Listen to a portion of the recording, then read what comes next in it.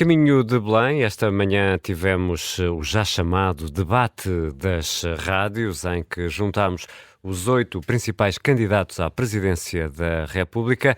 Haverá ainda um debate que vai juntar os 11 admitidos pelo Tribunal Constitucional nesta corrida a Belém. Será na RTP, na próxima semana. Mas hoje vamos olhar especialmente para o debate das rádios. Eu sou o Ricardo Conceição e comigo está a Judite França. Judite, quem são os nossos convidados? Olha, Paulo Moacho, apoiante de Jorge Pinto, Bernardino Soares, pela candidatura de António Filipe, e estamos a aguardar a qualquer momento Bruno Maia, em representação da candidatura de Catarina Martins. Bem-vindos, obrigada por terem aceitado o nosso convite. Eu começo por si, Bernardino Soares. Considera que a candidatura de António Filipe cumpriu a sua função ou ainda acha possível que o candidato vá além dos apoiantes do PCP? A sua função é ir além dos apoiantes do PCP e, portanto, eu acho que a candidatura de António Filipe está a cumprir verdadeiramente esse papel e afirmando-se como um candidato que não só tem ampla preparação para o exercício do cargo a que se candidata, como tem tido uma postura de grande coerência, de grande serenidade no debate das eleições presidenciais, que eu acho que manifestamente o aconselha como uma boa primeira escolha para esta primeira volta. Hoje correu-lhe bem o debate das rádios? Sim, eu não ouvi tudo, mas do que pude ver e depois das reações, eu acho que correu bem.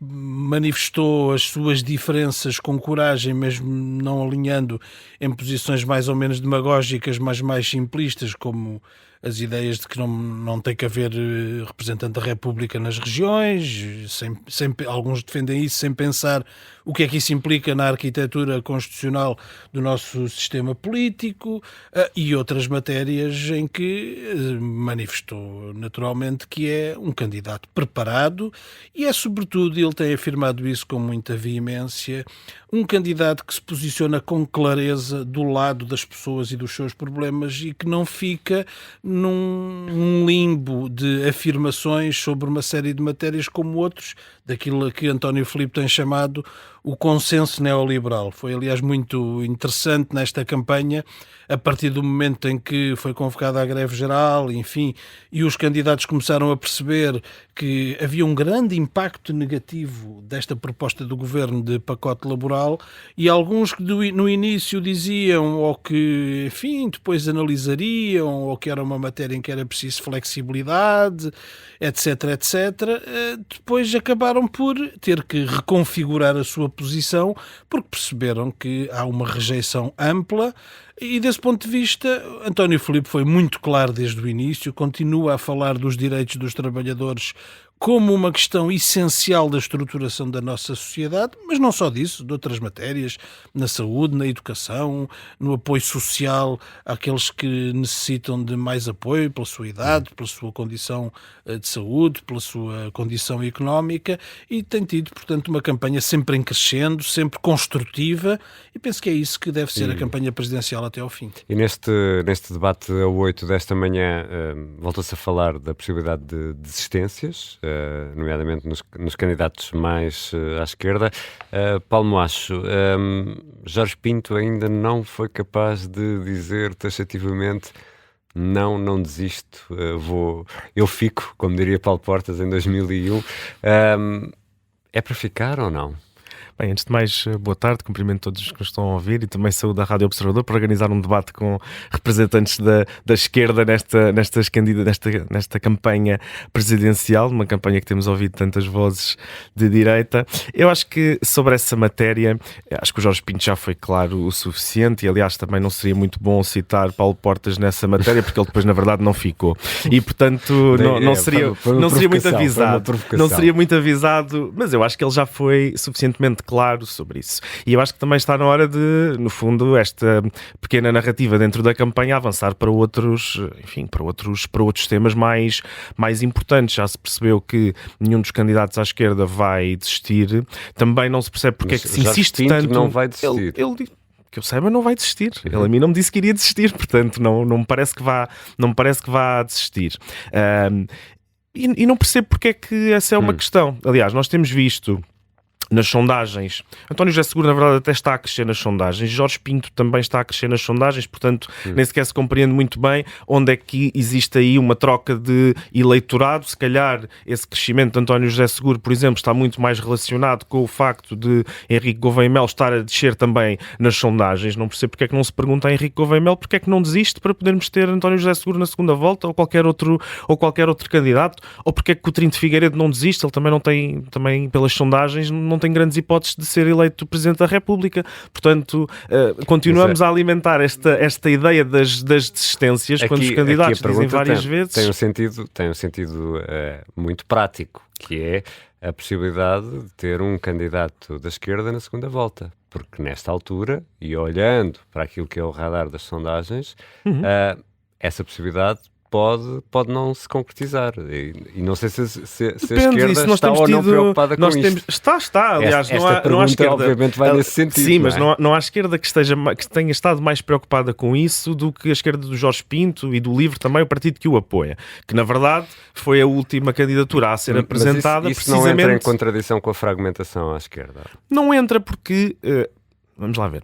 Aguardou-se até à 25ª hora para perceber se haveria essa disponibilidade para uma candidatura convergente e alargada de esquerda. Não houve essa disponibilidade da parte de nenhuma outra força política de esquerda. Não houve essa vontade. Houve até candidatos que avançaram sem, enfim, legitimamente, mas sem querer garantir esses apoios à partida. Portanto, não se venha depois, durante a campanha, querer forçar esses acordos e esse consenso a acontecer quando ele não houve essa vontade e essa disponibilidade de tê-lo antes. Portanto, porque é que agora é que se está a discutir isto? Faltam 2 semanas para as eleições e, pessoalmente, acho que o papel do Jorge Pinto nesta campanha tem sido muito importante, porque as campanhas também não servem só para ganhar ou para perder. Também servem, naturalmente, servem para eleger os nossos representantes e o Presidente da República, mas também servem para nós trazermos temas para debate, para representarmos os nossos concidadãos e as pessoas que querem dar o seu voto ao Jorge Pinto. Provavelmente, se ele desistir, não terão outra candidatura na qual fazer. Até podem, provavelmente, ir para a abstenção e não acabar por... Porque esta ideia também de acharmos que os cidadãos fazem aquilo que os políticos lhes dizem, muitas vezes não é bem assim.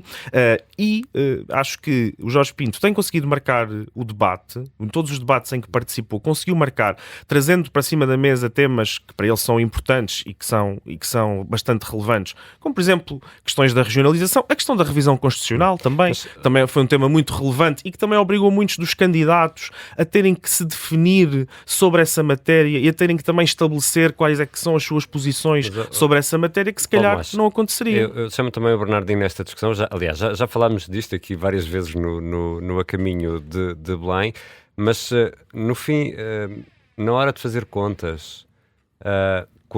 se confirmar que a esquerda fica arredada de uma segunda volta, não vão assumir a vossa cota parte a vossa, em relação às candidaturas, de responsabilidade, Bernardino Soares? Eu acho que houve um momento... Não devia haver aqui um sentido mais prático? Mas não se trata de pragmatismo, porque a questão que está a colocar parte de um princípio que é uma fronteira que se traça entre determinados candidatos e a outra metade. E aquilo que António Filipe tem dito é que o traço se põe entre os que têm defendido o consenso neoliberal e aqueles que o combatem. Mas há uma linha de esquerda e direita nos candidatos. Vamos ver, esse candidato a que se referem que poderia haver essa convergência, presumo que não se estava a referir a desistências a favor de António Filipe, tem muita dificuldade em assumir posições claras em relação à esquerda. Quer dizer, e vamos ser absolutamente claros. Mas não é quem está mais bem colocado? Mas isto não é uma corrida. Mas faço-lhe a pergunta mesmo nesse sentido, se quiser, mais prático. Não sei. Mas se há uma candidatura que, para se afirmar, precisa de pedir desistências de outras, então ela está muito aquém daquilo que devia ser o seu papel próprio. E vamos ser claros. O António Filipe foi no debate com António José Seguro. António José Seguro não é Jorge Sampaio. Não tem os posicionamentos no presente, no passado, que permitam que outras forças à esquerda olhem para ele como um natural candidato de convergência. Esse candidato, aliás, nunca apareceu. Alguns ficaram à espera do Messias. O Messias para os cristãos apareceu agora no dia 25, mas era evidente que não ia existir e que a candidatura de António José Seguro, que estava já anunciada, iria ocupar um espaço na área do Partido Socialista, embora ele tenha tido algumas dificuldades nisso também, que não permitiria que aparecesse outra candidatura que congregasse partidos à esquerda do PS e o próprio PS. Portanto, essa ideia não tinha, como se veio a verificar, grande base na realidade e, de facto, era preciso afirmar as ideias de esquerda. E foi por isso que António Filipe avançou. E quando ele avançou não havia nenhuma candidatura que se afirmasse de esquerda. Nem durante muitos meses António José Seguro o disse. Até mesmo quando questionado sobre essa matéria. Portanto, é preciso tratar as coisas como elas são. E as pessoas devem escolher em função daquilo que é a sua perspectiva para a Presidência da República e os valores que entende que devem estar representados mesmo nestas correndo eleições. o risco de deixar a presidência Mas entregue ao centro-direita. E são os portugueses que vão decidir. E esse cálculo tem que se fazer à segunda volta. O que se está a procurar transformar é esta primeira volta numa segunda. Se a esquerda não tiver ninguém na segunda volta... Bom, está bem, mas houve alturas em que candidatos de convergência à esquerda não foram à segunda volta e foi preciso depois encontrar outra solução e logo veremos o que é que acontece à segunda volta. Se for o António Filipe, pela minha parte, o meu papel está simplificado. Se não for o António Filipe, teremos que ver depois em função do que existir. Mas agora estamos na primeira volta. E na primeira volta escolhe-se a primeira opção, a melhor opção para cada um, de acordo com a sua perspectiva. Bruno Maia já chegou a caminho de Belém, bem-vindo também. Catarina Martins entrou em debate com André Ventura hoje no debate das rádios, começamos por falar disso, acerca do financiamento do Chega. Quer concretizar quem são os financiadores do partido de André Ventura? Já é público há bastante tempo, não é? Aliás, há já duas campanhas Catarina Martins atrás falou apenas em Humberto Pedrosa. Claro, mas havia o Humberto Pedrosa, havia elementos da família Champalimau, havia elementos da família Azevedo, havia vários financiadores que a nível e a título pessoal, porque é isso que a lei permite, não é? Não permite que haja financiamentos corporativos a candidatos nem a partidos, mas permite que haja financiamentos individuais. E, portanto, aquilo que foi público, foi tornado público, é de consulta pública. Não há aqui nenhum debate sobre a factualidade daquilo que foi dito pela Catarina Martins hoje, é que várias pessoas com interesses económicos pesados em Portugal financiaram inicialmente o Chega e alguns deles continuam a financiar. Humberto Pedrosa é um exemplo da pessoa que esteve na TAP, naquele processo extraordinário de compra da TAP com ativos da TAP e que está a ser investigado e que financiou o Chega. E nós sabemos disso, nós sabemos que há uma série de pessoas com poder económico, influência, e hoje até se falou do lobbying, e com muito poder de lobbying sobre aquilo que tem sido o centrão e o centrão de interesses que tem gerido o país nos últimos 50 anos, que financiam o Chega e que, portanto, veem no Chega, o que é que estas pessoas nós interpretamos, estão a fazer? Veem no Chega uma escapatória para aquilo que é a crise do regime, porque há uma crise do regime, é inegável que, no nosso ponto de vista e do ponto de vista da candidatura da Catarina Martins, é causada pelas políticas neoliberais que têm governado o país ao longo destas últimas décadas, criou uma crise de regime para a qual é necessário encontrar uma solução. E a solução que para muitos destes poderosos, pessoas com poder económico e influência em Portugal, encontram é o Chega. É o Chega, é a extrema-direita. Nós estávamos aqui, enquanto o Bruno estava a chegar, estávamos a discutir a questão das desistências, de novo, porque foi tema do debate e agora estava a ouvi-lo, mas o que é facto é que os candidatos ou as forças que, na sua opinião, se identificam mais com essas questões neoliberais e com essa forma de estar, são as forças que merecem maior confiança dos eleitores nesta altura. E faço-lhe a mesma pergunta, Catarina Martins também reafirmou que não vai desistir. Na hora de fazer as contas a quem passa a segunda volta, e se não houver um candidato de esquerda na segunda volta, a esquerda vai assumir a sua cota-parte de culpa? Isso não preocupa minimamente os partidos da esquerda? Eu acho que nós estamos a ter este debate 2 meses depois de umas eleições autárquicas, em que nós conseguimos converger em Lisboa a esquerda à volta da candidatura de Alexandre Leitão. Estamos a olhar para o radar das sondagens, que é claro. Vale o que vale, não é? Mas é o seu... Se foi possível convergir uma parte significativa da esquerda à volta da candidatura de Alexandre Leitão, e não só, e agora não não só, está em muitos a ser outros possível. municípios. Agora não Está a ser possível. Há aqui um fator que muda. O fator é o candidato. E eu acho que nós não podemos voltar as costas ao candidato. E, portanto, nós temos, neste momento, o Partido Socialista, e é para o Partido Socialista que se deve colocar essa questão e para onde se deve olhar, decidiu escolher um candidato que não representa aquilo que são os interesses convergentes de uma possível frente ou unidade à esquerda para a defesa do país, para a defesa dos salários, para a defesa do Serviço Nacional de Saúde, porque tem uma história política. E essa história política é uma história de apoio, apoio violento, ou abstenção violenta, como lhe quiserem chamar, a um governo que depenou o país, que é o governo da Troika, que é o governo de pior memória que nós temos nas últimas décadas. Mas a Catarina Martins prefere alguém de direita no poder? A questão não se põe aí, a questão põe-se, nós temos ou não temos boas soluções para apresentar. A questão, olhando para as sondagens, põe-se aí, não é? Põe-se quem é que passa de facto à primeira volta e é o centro-direita. Eu acho que nós em política temos de nos esforçar por encontrar sempre as melhores soluções possíveis. E acho que houve um processo que demorou bastante tempo de ir à procura de um candidato consensual que pudesse unir as forças de esquerda. Não foi possível. Foram várias as hipóteses. Acabamos no último lugar com o Sampaio da Nova. Também não foi possível e, portanto, os partidos apresentaram as suas próprias candidaturas.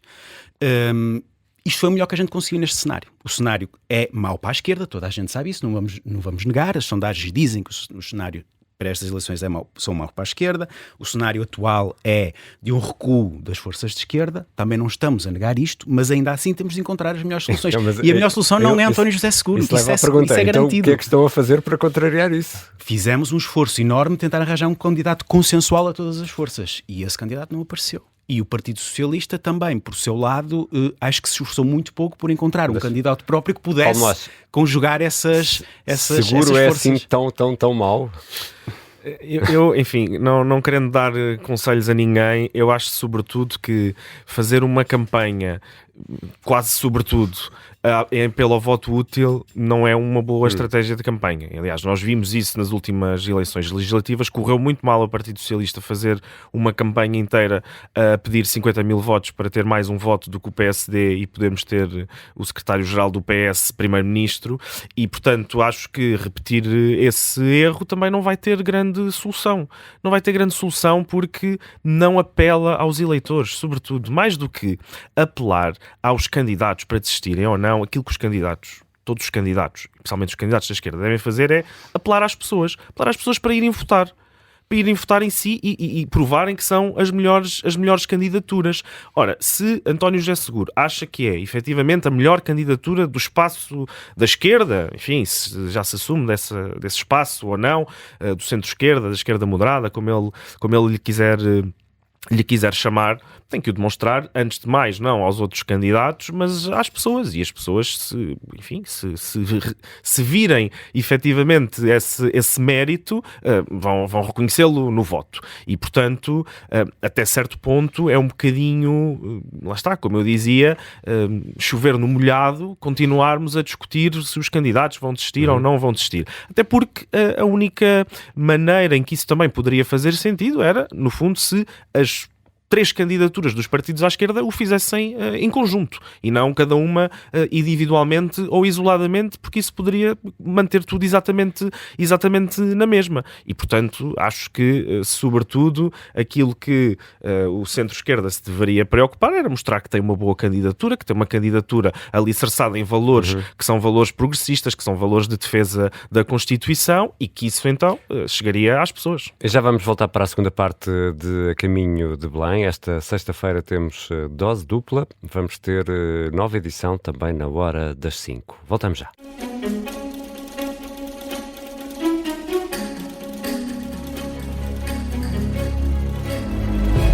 Segunda parte de A Caminho de Belém, com Paulo Moacho, Bruno Maia e Bernardino Soares.